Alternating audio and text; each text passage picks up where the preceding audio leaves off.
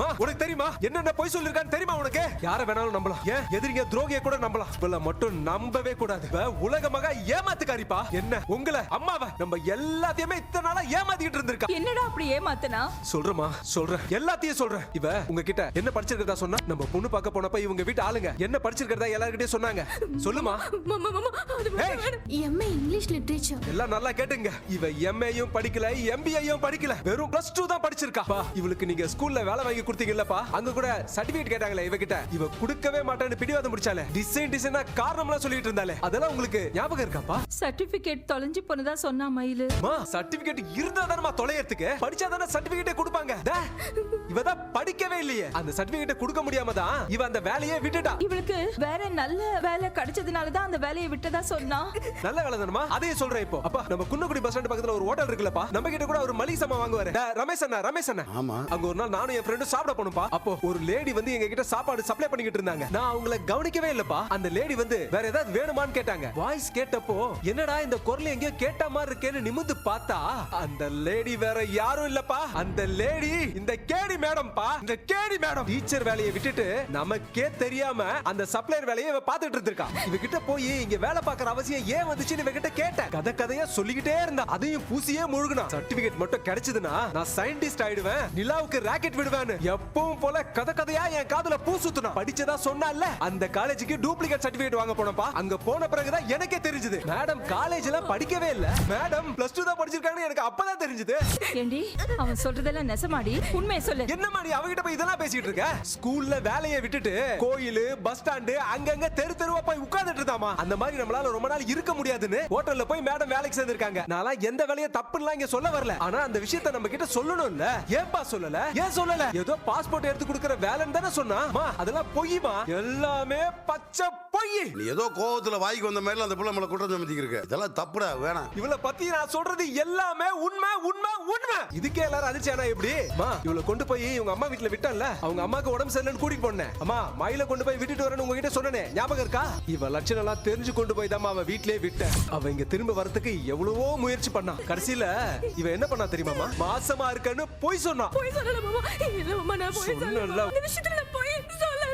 அப்போ விஷயத்துல போய் சொல்லல. மத்த விஷயத்துக்கு நீ போய் சொன்னியாடி? இவ எனக்கு போன் பண்ணப்ப கூட நம்பவே இல்லப்பா. போன் பண்ணி சொன்னா என்கிட்ட நான் மாசமா இருக்கா மாமா, நான் நம்பவே இல்லையே. அதுக்கப்புறம் இவங்க அப்பா இவங்க அம்மா எனக்கு கால் பண்ணி சொன்னாங்க. நான் தான் முட்டா பையன்ல, எதை சொன்னாலும் நம்புவேன்ல. நம்பிட்டப்பா, நம்பிட்டேன். இந்த வீட்டுக்கு வந்து இல்லாத பொல்லாத நாடகம் பண்ணி நம்ப வச்சுட்டா. நம்ம எல்லாரோட உணர்ச்சியோட விளையாடி இருக்கா.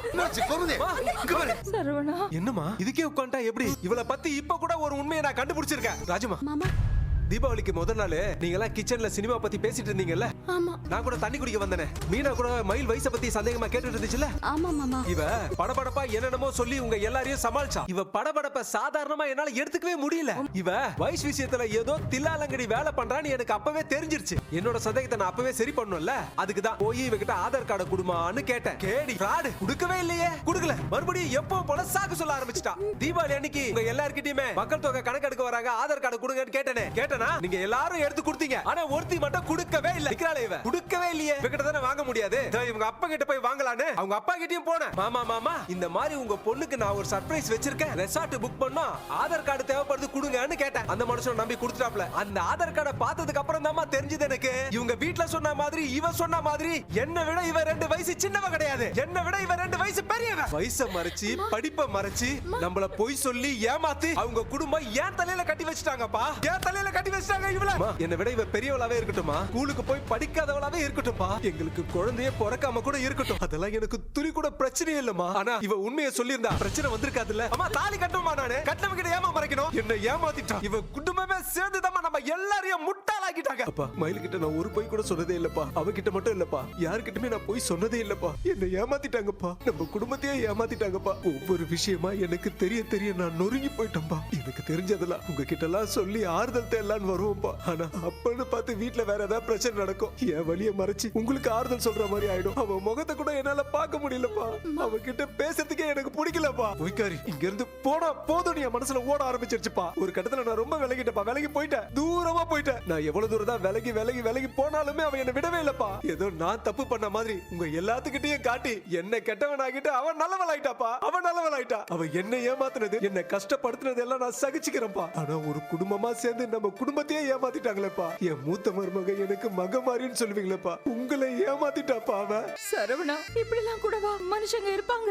இருக்காங்களேமா, இருக்காங்களே. நம்ம கூட நம்ம குடும்பத்திலே இருக்காளேமா. அப்பா அம்மா, இப்பவே நான் உங்ககிட்ட ஒண்ணு சொல்லிடுறேன். அவ இம்பிட்டு போய் சொல்லிருக்காங்கிறது மட்டும் தான் எனக்கு தெரிஞ்சிருக்கு. இம்பிட்டு போய் தான் என்னால கண்டுபிடிக்க முடிஞ்சது. இன்னும் என்னென்ன போய்லாம் சொல்லிருக்கான்னு எனக்கு தெரியலமா. ராஜி கிட்ட மட்டும் என் நகையெல்லாம் போயிருந்தா அம்பட்டு தான். 80 சவரன்ல 8 சவரன் மட்டும் தான் தங்கம், மத்ததுல கவரிங் தான. அவ ஈஸியா கண்டுபிடிச்சிருப்பா. அதோட இந்த வீட்ல என் கதை முடிஞ்சிருக்கும். எல்லா தப்பையும் பண்ணிட்டு அவ நிம்மதியா சந்தோஷமா இருக்கா. என் அப்பா என் அம்மான்னு எல்லாரையும் எனக்கு எதிராக திருப்பி விட்டுட்டு அவ ஜாலியா இருக்கா. சாரிப்பா, உங்களை நான் எதிர்த்து பேசணும்னு துளி கூட கனவுல கூட நினைக்கவே இல்லப்பா. அம்மா, உன்னையும் நான் எதிர்த்து பேசணும்னு கொஞ்சம் கூட நினைக்கவே இல்லம்மா. உங்ககிட்ட கோபமா பேசிதான் என்ன மன்னிச்சிருமா. புள்ளைய மன்னிச்சிடுறியா? அப்பா நீங்க என்ன மன்னிச்சிருங்கப்பா. என்ன மன்னிச்சிருங்கப்பா. என்ன மன்னிச்சிருங்கப்பா. அம்மா மன்னிச்சிருங்கப்பா. மன்னிச்சிருங்கப்பா. மன்னிச்சிருங்கப்பா.